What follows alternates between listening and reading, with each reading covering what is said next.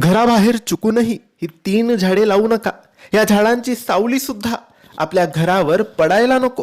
हे झाडं अशुभ मानली जातात. हे झाडं सुख समृद्धीसाठी हानिकारक मानली जातात. ही झाडं ज्या घराच्या समोर असतील त्या घराच्या मध्ये दुःख, अडचणी, संकट, समस्या, गरिबी, दरिद्री असेल. म्हणून ही 3 झाडं अजिबात तुम्ही तुमच्या घराच्या बाहेर लावू नका. आणि लावलेली असतील तर लवकरात लवकर ते तुमच्या घरापासून दूर करा. आता ही झाडं कोणती? तर मित्रांनो, पहिले झाड आहे ते म्हणजे चिंचेचे झाड. चिंचेचे झाड आपल्या घराबाहेर अजिबात असायला नाही पाहिजे, कारण या झाडावर वाईट शक्ती असते, म्हणून हे झाड अशुभ मानले जाते. दुसरे झाड आहे पिंपळाचे झाड.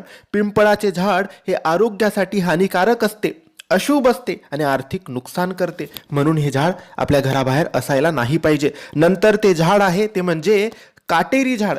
ज्या झाडांना काटे असतील ते झाड सुद्धा नसायला पाहिजे.